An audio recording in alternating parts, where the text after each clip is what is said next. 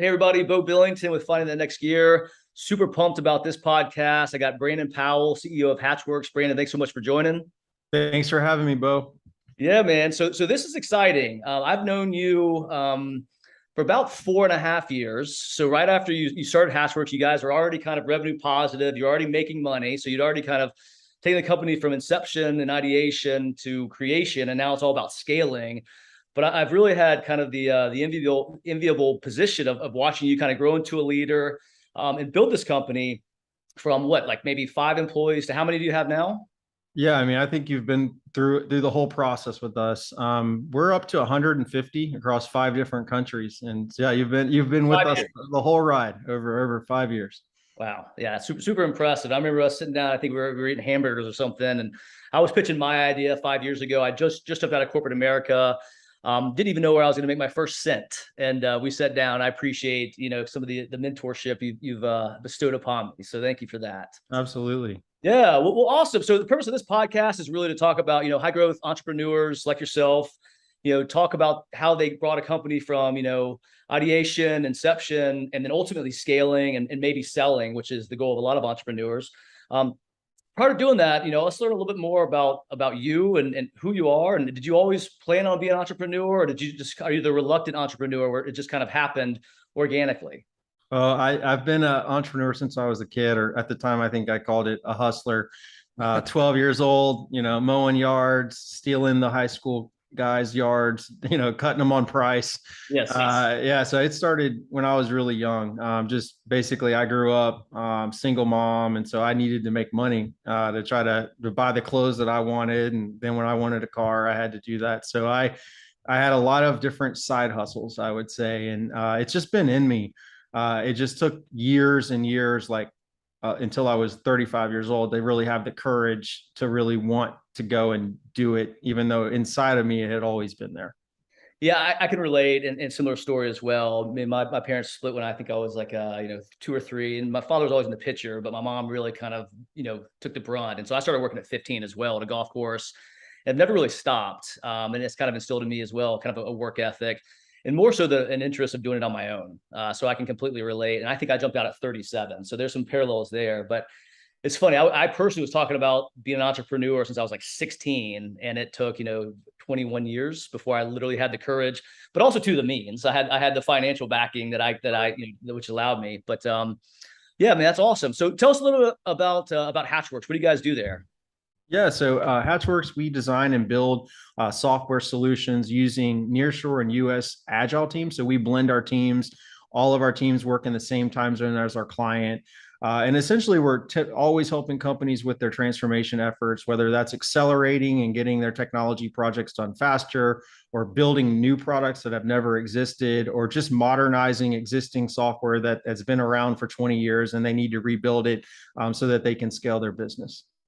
Understood. Now, have you always been, super interested in software? Did you build this business strictly to make money, or is it something that you're passionate about? And obviously, I know you've been dealing with software for years since you left college. But tell us a little bit about kind of, why you started Hatchworks, and maybe there's an underlying huge interest in the software development space. Yeah, so I'm not an engineer at all, even though we have 150 of them. But I do love, and I've always loved, how technology has improved people's lives. And I don't just mean at work. I mean, look at the thing you carry in your pocket all the time, and just technology in general, and the way that it can make life easier and more efficient. And that's been a passion of mine since I was, probably a kid, or at least in college. I knew that I wanted to be in the tech field.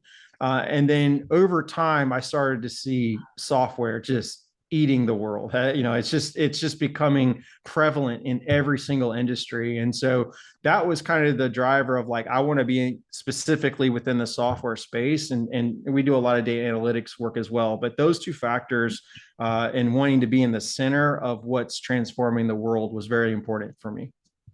Makes sense. Yeah. And so what's the current makeup of your company? So when you started the business, you were solopreneur, I believe, but do you have partners, any financial backing? Have you bootstrapped this business yourself for the last 5 years? Yeah, so no, we have people that have shares or equity within the company that are employees, but no, I bootstrapped the company.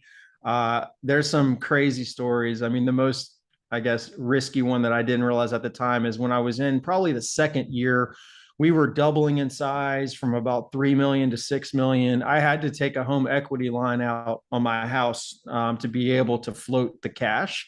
Yeah. At the time, I really didn't realize that I could have lost the business and the house, which was the only place I had to live.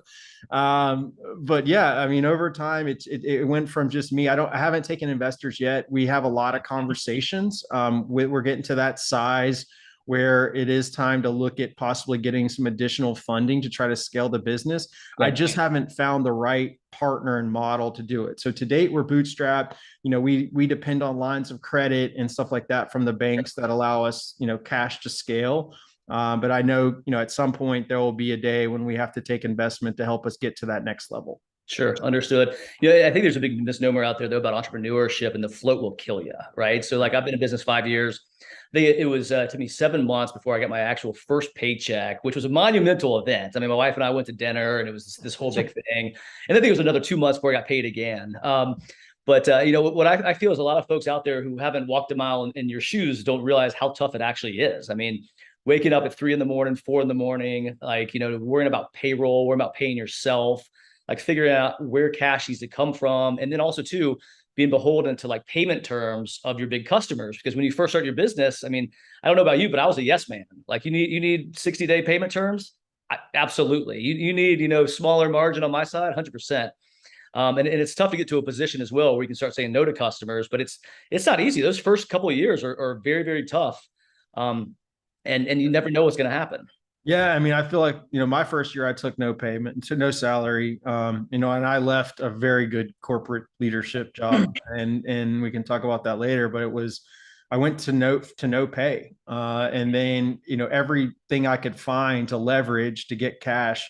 One of the biggest things I did in the first year was I factored invoices, meaning, I would do work, I would send the invoice, and then I would sell the invoice to get money. And I would lose 3% off the top of whatever it was. But I had yeah, I mean, between, home equity line on the house, factoring invoices, not getting paid, that was the first few years. And I would say, even today, we're not 100 million or $1 billion company. So I still feel like we're yes people at times. We have to take the payment terms with these big companies that we want to work with.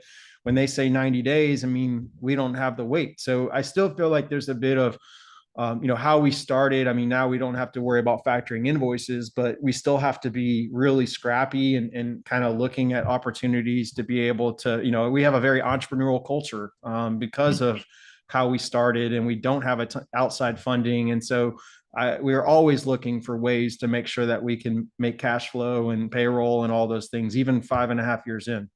Yeah, it's funny how the issues never go away. They just get more complex. You get one size, and everything you did prior is now broken, and you need to create new processes, need more cash. And it's just, that's what I love about it personally, but that's also what I hate. I miss the days where you could come in and just do like 70%, just like give it 70% of your total capacity for a full-time company, just float through for a month because you needed some time off. Yeah. And but here's the luxury. But one of the things I've taught, people are always, they're like, hey, how did you get to there? And, thinking that, you're running we'll do 13, 14 million this year. And they look and say, wow, I mean, that's just a great growth and everything. And then I look and I talk to them and say, well, can you quit your job? And they think for a second about that. Like, yeah, I can quit. I can go tell my boss that I'm leaving and I can go work somewhere else. And as an entrepreneur and a founder, and there's no outside funding, there's no board over, I can't just go leave my job tomorrow. And I don't think people, it's like when you're a solopreneur, if you would decide that you're going to leave, there's not other people depending on you. But once you get 150 employees in 5 countries and whatever your story is, you can't just walk away. Like, even if you're tired, I'm not, I love my job. I love what I'm doing, but some people get, they just want to so bad to get there. And then when they start to get there, they didn't quite think of like, well, wait, I can't exit. Like, I can't just walk out of here today. But you got customers, you're going to get sued if you just walk away, breach contracts and stuff like that. So I think that entrepreneurship is shiny, and it looks like this one amazing object, and I love it. But I also think that there's some things that you can't do once you go down this road of in terms of freedom that you have when you're working in corporate America and can just say, all right, I'm gonna go get my next gig. I'm out. No, 100%. My friends think I play golf a lot and have this great quality of life. They don't know that I wake up at 5:50 every single morning, even if I had a late night out and I'm working and I'm working a good amount in the evenings. Now I'm not hustling maybe as hard as I was the first year or two. But it's not easy. When I go on vacation, I've kind of come to grips with the fact that I'm gonna have to do emails. I'm gonna have to take calls. And I can't just kind of pause my work life for a week. The show must go on. So I think that's a good segue. Talk about kind of you and what you're doing for your business now. So, what does your day-to-day look like, and how has that changed over the last 5 years? I mean, are you still out selling? Are you the face of the company? Are you more so embedded in the operation side? Are you still kind of architecting, maybe engagements? What does that look like? Well, there's good and there's bad. Unfortunately, I'm still selling because one of the lessons for me in blind spot is how do you build a high performing sales organization? And we haven't done that. We've scaled off of client referrals and delivering, which is a good thing. That's super impressive. But if we could but the sales is kind of getting that sales machine is where I spend almost all of my time, more so trying to get where I can get out of it, so that I don't have to spend. I spend over 50% of my time in sales. I'm out hunting, just like our other sales team. So we're trying to build that higher performing sales team that's more on rinse and repeat. And I've always had to do that, right? From day one, I had to sell. I would say what shifted a bit for me is, with people across multiple countries and cultures, I spend a lot of time talking to my team members and trying to learn their cultures. And like this week, I'm traveling to Peru for the first time. We've had a team down there for about a year. This will be my first trip to Peru. We've obviously got the team in Costa Rica, the team in Colombia that I see, at least once a quarter. And so I spend a lot of time traveling and engaging with team members. We didn't have that when I started 5 years ago. We were all US based, mainly all in Atlanta. Right. That was the first couple years. And then as I decided to scale near shore, just, needing more product and engineering talent, wanting all that talent in the same time zone, my life changed a lot because I didn't speak Spanish. I speak very little now, but I started spending a lot of time on an airplane, going down, building that infrastructure, building those relationships, so that now, as we go into the next chapter of Hatchworks on the scaling side, we're now, one integrated team across the Americas, all in the same time zone, trying to deliver great solutions for our clients. No, that makes total sense, especially too with the war on talent. And if you're not close to your people, if they don't know who you are, if they haven't shaken your hand, the chances of you keeping them slim to none these days, right?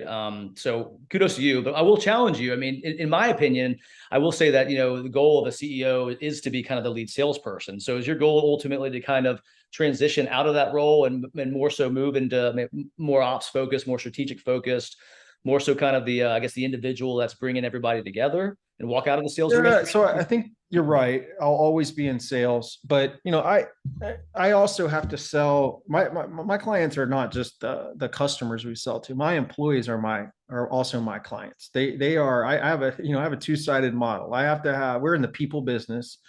I need great people, because if I have great people, they're going to deliver for our clients, and then our clients are going to be happy. Our people start the flywheel. So I'll always be selling Hatchworks and our culture, that side. On the day-to-day sales side, instead of hunting in accounts, I would rather spend more of my time around what are we selling? What are the offers that we need to take to market? When I'm this far in the weeds of hunting, I'm not able to think about the bigger picture. Like example, we're looking at going into gaming. We've got some possibilities that we could build out a gaming practice, meaning video gaming, right? And it's growing like crazy. It's the foundation for, Web 3.0. A lot of that's the same coding language, AR, VR. That's all going to be there with metaverse. Let's go down that path. But then, I'm not able to allocate enough mind share to that because I'm spending so much time just selling our current offerings around product design, software development, agile coaching. And so if I can take a step back, that's where I would like to spend more of my sales hat. And then also obviously keeping a head of a sales accountable for where we are metrics wise, getting everything very data driven. So I won't be ever out of sales, as you stated. I want to spend my time in sales a little bit differently, more on the higher level, bigger picture things that are going to make the overall company grow. So I think this is, again, another misnomer about entrepreneurship. And the area I've struggled the most is ensuring that where I spend my time is in the most effective areas. And so I totally agree. I mean, because like what I find is that I'm being pulled in a multitude of different directions, and then I'm doing low value work that's not moving the needle at all. Whereas the high value work that actually would grow my company is not getting, proper attention. And so I've had to literally sit down with a spreadsheet and create buckets of where I'm spending my time so I could visually see like, okay, this is good, this is bad, this is really bad, so you can reallocate your time. And that makes total sense. And it's funny too, how like, as you go through this continuum, like where you spend your time changes because your business evolves and so do the needs of the business. Absolutely. And I think I'm blessed to have a good leadership team, some of which you helped me find. And they're able to take, like, for example, notice I didn't say that I'm heavily involved in the operations. Right. A lot of founders are heavy and like they can't deliver without some of their time and effort on the operations side. Yeah. We've got great team members and leaders that handle the delivery and the client satisfaction of what's happening. So I'm only on the front end of getting in and making sure that works, but I want to pull back from there and be able to drive that. But I do think your time starts to change. If your time doesn't change, then your company's probably going to be throttled in terms of growth. And I see that now, right? I mean, for us, our goal, we're trying to go to 100 million. And in order to go to 100 million, we've got to have, I can't be in the role that I'm in sales. I've got to be at a more visionary, like what should we be selling and to who, and working with that head of sales or chief revenue officer to help get us there. And they're managing the day-to-day, the sales team members, and keeping those people accountable for what we're doing. So that's how I see my time shifting if we're going to be, continue growth and be successful in the next stage of scaling Hatchworks. It's funny you say that. I'm in the exact same position, 5 years in. Every single week, I look at what I have planned for that week. And again, am I spending my time wisely? And sometimes I don't have the answer. Yeah. You continuously just review, iterate, and move on. All right, so let's go to the fun stuff here. So what were you doing prior to starting Hatchworks? You mentioned you always wanted to be an entrepreneur. Was Hatchworks always part of the plan? And then was there an inflection point where you knew like, hey, the time is now. I've got product market fit. Like, let's roll. Yeah, so I spent my first 12 years of my career all in consulting, in technology consulting. So I worked at Accenture, I worked at Slalom, great companies. Yeah. Then I went to AT&T and I ran product for Cricket. So I kind of flipped over to the client side, loved product. And during that time, I did an MBA at Harvard. And when I was there, I met all these people running their own businesses, highly successful, some of which, mom and dad gave them, but it was still interesting. And I started to realize like, look, they're smart, but I also know that I can at least hang with them. I'm not the smartest person, but I work hard and I think I can do this. So being there and like, I was so nervous being in the program there. And like, I don't come from the same background. And once I went there, I built confidence, and that it had always been in my mind. I wanted to start my own company. I just never had the courage, the confidence to go and be like, all right, I'm going to leave corporate America, whether it's Accenture, Slalom, AT&T, and I'm going to go start my own thing.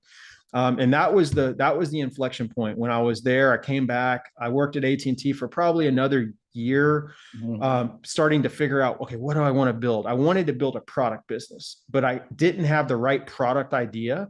Yeah. So I kind of used my background, which was services, and then my experience running product to say, okay, let's start by helping other companies design and build their software products. So that was what, that's where the name comes from, Hatch, like hatching an idea. Works is another word for services. I mean, I made a lot of the mistakes founders made. I spent 6 months trying to get the right logo. So I spent probably longer than that trying to get the right name. Like, what are we going to call the company? Yeah. So I spent a lot of time when like, just kind of like, all right, I got to get this perfect before I leave. And again, I had a great job. I have no complaints about any of the companies I work for. They gave me and instilled in me ideas and ways to lead. And I learned something. I took a nugget from all the companies that I worked with, and that started to come into Hatchworks and the culture that we've built. But yeah, it was just a point where it was a confidence thing, really. I mean, I had it in me since I was little. It's just that I didn't have the guts to go and say, I'm going to give up a 6-figure income to go make nothing. And I'm going to take that risk. It's funny how big of a part confidence actually plays in entrepreneurship. And also too, to your point about, taking 6 months to create a logo. I went through the same thing. So I started my company 2 years before I jumped out of corporate America. And honestly, I was scared shitless. I really was. And like I came to a point, and my wife and I were having dinner, and I was like, I'm working on this nights and weekends. Is this a hobby? If it's a hobby, I'm gonna sunset it because I had 2 young kids. We just built a house. Like I was super busy, man. Like life was crazy. And it also seemed like a lot of risk. And I came to the conclusion that like I'm never going to get this business to 100%, Mhm. especially while I'm like working for a company, and maybe 80% is good enough. Yeah. And I don't know about you, but I literally woke up one day and was like, you know what? I'm putting my 2 weeks in, and 1 week from now. And that's the most nervous I've ever been in my entire life. And Yeah. it wasn't nervous because of my boss. It was nervous because like it was definitive. Like I made up my mind, it was happening. And walking into that meeting and again sharing that I was giving my 2 weeks, my boss was like, well, where are you going? Going nowhere. Like I'm starting something. And it was surreal, man. It was really kind of like an outer body experience. And again, super nervous. But the second I did that, I was relieved. I felt like I built up the confidence in 2 years. I knew where I was going. I knew what I wanted to do. Of course, I completely pivoted, and what I do now is completely different than I thought it would be 7 years ago. But confidence is a big component, and you've got to do whatever it takes to get that confidence, so you feel comfortable making the leap. Yeah, I mean, it's still. I mean, like, look, my mom thought it was the craziest thing she'd ever heard of. Like, she worked at AT&T. She retired at AT&T. She's like, you have this great leadership position. What in the hell are you doing? Like, I mean, she thought I was crazy. I mean, I'll say this: entrepreneurship is lonely. Like, and when you make that decision, all of a sudden, all those employees that worked for you and that boss you had, like, it flips on you real quick. And for me, they thought I was crazy too. Like, Yes. why would you leave this great career you have? Blah blah blah. But for me, it was about wanting more than just being a executive at a big corporation and having a lot of shares. And at the end of the day, when someone says jump, you still say how high. I don't care what level you're at in the company. If you're at the CEO of AT&T, you're the shareholders and the board, right? Right. And for me, it was about trying to make a bigger difference in terms of what I wanted to do in terms of personal impact and building something from the ground up. And I had this one question that I asked myself before I did it. I said, in 10 years, when you look back, so that was, now 5.5 years ago, when you look back, what do you want your legacy to be? Do you want it to be, okay, I was another social security number at a large company with 100,000 plus employees? Yeah. Or do you want it to be, something that you built from scratch, that you grew from the ground up with a whole team of people, and you're climbing the mountain with them, and at some point there's an exit, and you've kind of put your hand and your fingerprints on what you built, not something that someone else built, in some cases like AT&T 100 years ago. Yeah. And so that was kind of deciding factor to me, was when I started asking my question around, what do I want to see when I look back in 5 years and 10 years? And that kind of helped with the courage. And then the other thing I said myself is, could I get this job I have again? And I would say maybe not, but not. I was convinced that I could always go back to corporate Right. America if that's what I wanted to do. So those kind of were factors in me saying, look, how much am I really losing by leaving right now to go do this? Yeah, I might lose some time, I might lose some money. I'm going to learn so much from this journey, whatever happens. Yeah. That maybe I can always go back, and maybe it's not the exact job, but it's a career, kind of similar career path. So that's how I kind of looked at it. It's like, what is my, like, but in 10 years, I can't go and do this. Like, I'm not going to maybe have the opportunity to try to do this where Risk I am. aversion is going to increase. It's a whole slew of factors. It's funny how, I don't know if this is rationalization, but I went through the exact same thing. It's like, all right, give myself 2 years. I can go back at the same job. I will lose money, because I had to put money away to do this. But if I don't do this, and for me, the biggest point would, like, this would be the biggest regret of my life. And I shared that with my wife. I was like, if I don't do this and I'm 65, like, and I look back at my career, this would be a big, just kind of, X, Yeah. huge X, and I can't afford to do that when we have one try. And once I started thinking about terms of that, and also too, to your point, the ability that hey, I could go find a job, I could go back, and I can kind of refill the coffers. The decision got a whole of a hell lot easier, got a lot easier. So a couple more questions for you. How long did it take you to find success? You mentioned you didn't pay yourself for a year. But like, how long did it really take where you felt, hey, we got some clients billing, things are happening, this is no longer a concept. I've got a real company here. Yeah, the first year we did 2.5 million, but we were all contractors. I didn't get paid. Second year, I think, I would say it was probably the third year. We did 6 million second year. Third year, started working towards 8. But I would say there was always, and there still is, like, unfortunately, I'm not where I have a goal, a longer term goal of where I want to get to. So I don't feel satisfied in terms of like, I want, more career path for my employees. I want to be able to pay more. And so I think there became a point around the third year though, where I'm like, we can do this. We can make this. We can do it. I think I was running so fast the first 2 years. And I tell this, I didn't stop long enough to understand the wake of risk and things that were happening, like the home equity line, for example. Like I wasn't even listening to the negativity and the things, once I left and I heard, yeah, you're crazy doing this, blah, blah, blah. I think I started running so fast and so determined that I didn't listen to all the things that could have stopped us, whether it was cash, whether it was something else. But I believe the third year was where I saw it. But I would say even to this day, I run my business knowing that, like, I don't ever feel like, oh, we've made it. We're there. We're like that, because I know that, I don't know what's going to happen. I can't predict the future. COVID for us was a wake up call. We've been a profitable business 4 years in a row. Honestly, we got killed for a year, and now we're just coming back out of it. And I didn't see that coming. How do you run a business in a pandemic that require, many times before were people going to the office? Now we've used COVID as the opportunity to pivot our nearshore side of our business, because now working from home, San Jose, Costa Rica and San Jose, California don't matter. There's like one, I would argue one's better because it's in the same time zone, and that's Costa Rica. And so we've pivoted coming out of it, but there was some rough years there where I thought I was making it, man. We were fourth year, we did $12 million. That's 2020. That's going into COVID. I mean, I was like, man, we got this, right? And then boom, like a pandemic comes out of nowhere that we haven't seen in ever how many 100 years. And so that's why I feel like as a CEO, if you're not constantly thinking about risk and like what, not over indexing on it, but constantly looking at, as soon as you get comfortable is when you turn into blockbuster. I totally agree. I think the superpower of an entrepreneur is not getting complacent. And like the pandemic was horrible. Like we ended up having a relatively good year that year in spite of the situation, but it was such a wake up call to me as well. And it's put me in a position where, to your point, I'm always evaluating risk.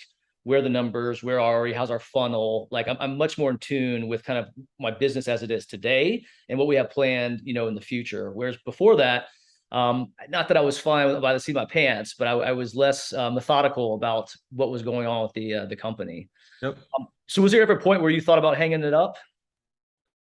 Does that happen?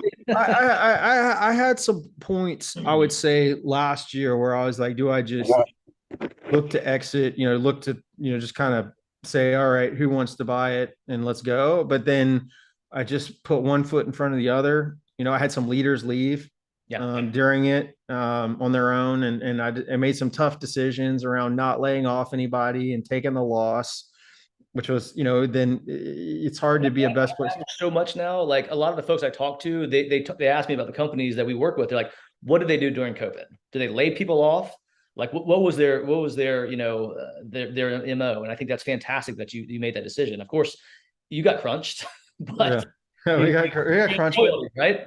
Yeah, but again, we got best place to work again for the third year in a row in Atlanta, and we won Inc. magazine this year, best place to work, 400 companies. And so at the end of the day, sometimes you have to put your people in front of the profit. And that's what I did last year, but I still didn't know if we would live through that. Right. I mean, it was brutal. And this year we've rebuilt our business. Our sales are going to be higher than they've ever been in the 5.5 years. But I'm telling you, I had trouble getting out of bed some days. And I'm like you, I'm a 5:50, 6 o'clock riser.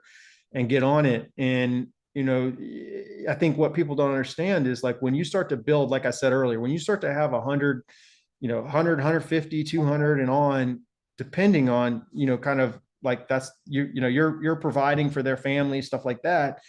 When you get that cliff built up like that and something like a pandemic causes the bottom to fall out of it, I mean, it's hard. I know a lot of companies that had a lot of challenges with it, and different CEOs make different decisions, and every CEO has to do what's best for them and how they want to run their business. But I'm telling you, Bo, there was moments there where I'm like, there was no light at the end of the tunnel, and that's not how I run a business. I see that light, I chase it. I know where we want to go. But I had some moments in 2021, especially when other companies were pulling out of it, and we have typically longer term contracts, so we're like 12-month minimum type of contract. So that's why in 2021 is when we got hurt, because our 2022, a lot of our contracts were already good, even though we didn't sell anything. So 2021 just killed us because we didn't have any pipeline to carry us over from 2020. Yeah, but you made it through, and that's all that matters. And I guarantee you built a stronger business as a result of COVID. All things considered. A few more questions here, and we'll get you out of here, Brandon. Thanks for your time. If you could go back and give yourself one piece of advice prior to starting your company, what would that be? Like how could you created success quicker? Would it have not been spent 6 months on a logo? Like what would that have looked like? Yeah, definitely. I think I would have iterated faster on things, like failed faster. So you hear that term, fail fast. I mean, there were some things. I'll give you an example. I spent probably $1 to $2 million on an Amazon partnership versus saying, look, these guys aren't going to, these guys are working with big consulting companies, and we never got one lead out of it. But I kept at it for like, I think 2 years, investing, not getting anything back. We built a platform that we use for time tracking and stuff internally that, I'd like to take it to market, but we put too many features in it without really getting outside feedback. And so I think if I did it again, and we do this now, is like fail fast. And like one of our values is iterate to improve. So we want to iterate as fast as possible, right? And that's kind of like how you build software these days. That's how we do recruiting. Like we want to iterate, fast sprints, get it done. That's one of the biggest things I would give myself. The other thing is I didn't join my EO group, like having that tribe. I think I was probably 2 years in. Yeah, I've been in EO 3. So 3 of the 5, and having a tribe of I would say peers that all have their own business, and being able to plug in with them, the psychological part of that, of like, okay, the ups and downs, like last year, I would not have made it through that psychologically without them, because some of them were hurting. I mean, one business was like in the retail space and you had to close, went to zero, right? And so that really helped me, having a group that's going through the same wins and losses together. I would have done that from the beginning. And there's groups out there, EO Accelerator, there's other groups out there that help you get from 0 to 1 million and then 1 to 10 million. And it's not about necessarily the X's and O's as much as it is like, your wife, you tell her what you're going through and she's like, cool. And I understand, honey, and stuff like this. But then to have it with others that had the same problem, their business got killed by COVID, and like, how are you doing, and checking up, that, I feel like there's a huge benefit to that as an entrepreneur, because I'm telling you, and I tell this to a lot of people, entrepreneurship is over 90% mindset. 100%. 100%. Versus X's and O's. And yeah, I've made all kinds of strategy decisions, but I've always lived to see the next day, mainly because of mindset, to say, all right, I'm not going to listen to these voices. I'm not going to listen to these people that call me crazy. I'm not going to, so if your mindset is not a growth mindset, it's going to get you, because eventually the questions keep getting louder and bigger. And if you don't have that tribe that's also dealing with those questions, and they're not going to let you quit. They're not going to let you kind of go back, and they're always going to help you try to find that light at the end of the tunnel. And it might take a while, but those are the two things that I would do: iterate faster, and then get a tribe to go on the journey with. I totally agree. Like for, the number one trait I've kind of uncovered over my 5 years is perseverance, from an entrepreneur. But it's 100% mental game. And that ties back to perseverance. If you're not mentally strong, you're not going to persevere. Fact. And I went through the same thing. I would try to talk to my friends, family, my wife, everybody's in corporate America. and they didn't understand about this career path that I chose with all the risk, even though that's relative, and that's a topic for another day. But they didn't understand the path, the path that I chose. And so I couldn't really talk to them about what I was experiencing. Also, like, couldn't get ideas from them on where I should spend money because they had a completely myopic and different view of the world than I did and than I do now. So I get it. And with the thing about the tribe, totally agree. Like I try to, the only people I talk about entrepreneurship with is entrepreneurs. Yeah. And that's my safe space, is where if you're comfortable. And I totally agree. We all have kind of the same problems, even if the businesses are diverse. Yeah, absolutely. Right. So final round, lightning round here, Brandon. I'm gonna go through this quick and get you out of here. What's your favorite aspect of being your own boss? Ooh. I think the biggest thing with being my own boss is really being able to lay out what I want to do each day and each week and each year and like there's no one else really deciding that, and in terms of like no one's laying and telling my vision for me. And I always, in my career, it was always like, here's our big goals for the year. How are your goals going to fit in with these goals? Well, now I make the big goals for the year, and that allows, and that's not more of an ego thing as much as it is like I want to be able to kind of put my fingerprint on where I want the company to go. Mm-hmm. And so, a lot of people will be like, I want the freedom of time. So I don't have more freedom of time. I have less freedom of time, but I have more freedom of direction of where the company's going. And that's what I really like in terms of being a boss. And really, I always think about my team, and I hated it when I was told to do something that I knew would impact my team. Right. I didn't have the freedom to be able to kind of say, no, there's another way to do this. And anyway, so that's what I like, is really the freedom of being in control and being able to lay out my vision for where I want to take the company. And then we go and execute on it. Totally agreed. All right. Flip side of that, what's your least favorite part of being your own boss? I think the pressure around, honestly, or even around payroll to these days, right? Like I always think about like, if there's a dip in business, I always want to be able to pay these people that trusted Hatchworks with their career. And, because there's no one else's money involved and we're bootstrapped, I still feel like it's on me, even as we've grown to this size. And so I think I won't sleep easier probably until I do take some outside investment, and then there's some additional shared responsibility in terms of growth and direction. But that's the thing that I think if I think about it too long, it can be, it can hinder me in the way I think about things. And so when I do have nights with no sleep, it's typically because, okay, we're growing, but we still, with growth comes cash flow constraints, and cash flow constraints are what you use to pay your payroll. And that's always my number one priority, is making sure that we can take care of our people. Understood. What's your biggest success?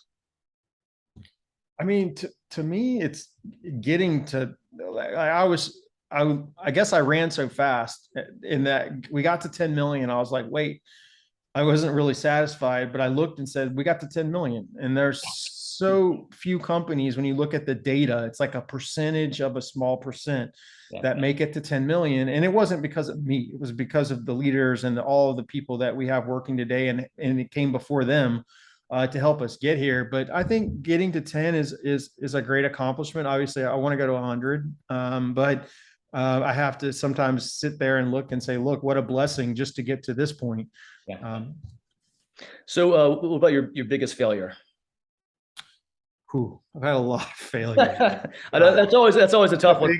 Honestly, the biggest one that's top of mind is last year we backed out of a multi-million-dollar deal. I listened to voices and around delivery, and what I didn't have a growth. I was a little bit wounded from kind of the COVID stuff, and there was a big deal out there that we could have had at a big company, and we backed out of it. Like I backed them. Like I had called the client, was like, yeah, we're not going to be able to go forward with the way it is, and I regret it. And I don't have a lot of regrets. Yeah. I've got a lot of failures, but I typically always learn from the failures, and I learned from this one, but I'm just like, man, if I could have that back again. As the bright side guy, I don't see that as a failure at all. I say that, as you having the wherewithal and the knowledge that maybe it wasn't the right business at the right time for you. So looking back, I applaud you. That's big time right there. Finally, where can people find you? Yeah, I mean, they can find. I'm starting to post a lot on LinkedIn and trying to build, more connections and followers on LinkedIn. Brandon Christopher Powell, if you're looking for me, I'm on Instagram, but mainly LinkedIn has been my big, kind of platform that I'm trying to grow. Mhm. I love sharing thoughts around entrepreneurship, culture. Like I'm a huge fan of like how do you build a best place to work and try to share my learnings and love to hear from others. And then my third pillar is around distributed agile teams and just how do you build highly functioning teams in your same time zone. And now that everything's gone distributed and work remote, Yeah. everyone's working in distributed teams. And so Hatchworks is really dialed in on how do you, build high performing teams that are all distributed and being able to, kind of build the products and get them to market that are critical to your business. Awesome. And then finally, you mentioned earlier about, kind of your legacy and looking at 10 years and you're 5.5. Got to ask, are you trending? Are you trending in the right direction? Yeah, I mean, the biggest thing that one of the things we haven't talked a lot about is Hatch Futures is passion for me. That's my passion is that's where we try to teach kids about technology, kind of that next generation for STEM. And if my legacy is what I want it to be, that's the piece that really accelerates in the next 5 years. We're doing a lot now with our communities, like trying to get these kids in, think about kids in Columbia or the South in Bankhead in Atlanta, trying to educate them about being a developer. How do you, or a designer, because those are the highest paying jobs. That's the whole reason I had to go outside the United States because there's not enough developers in Atlanta, Georgia. It's why our clients have to go outside the United States because they can't find enough developers or talent. And so Hatch Futures is what I really want, kind of the thing that's left behind where we've really changed career paths and built talent pools of that next generation. And I'm hope, we're getting these kids now where we're starting to talk to them in high school. Then we get them into an internship, and they're going to college. So by the end of this, I should start to see those kids that we talked to early on become eligible to be employed. And that thing has come full cycle. And so that's really I think the most rewarding for me. It's not a revenue number. It's not a number of people. It's not an exit size. It's the impact that we might be able to make on our communities through the Hatch Futures portion of our company.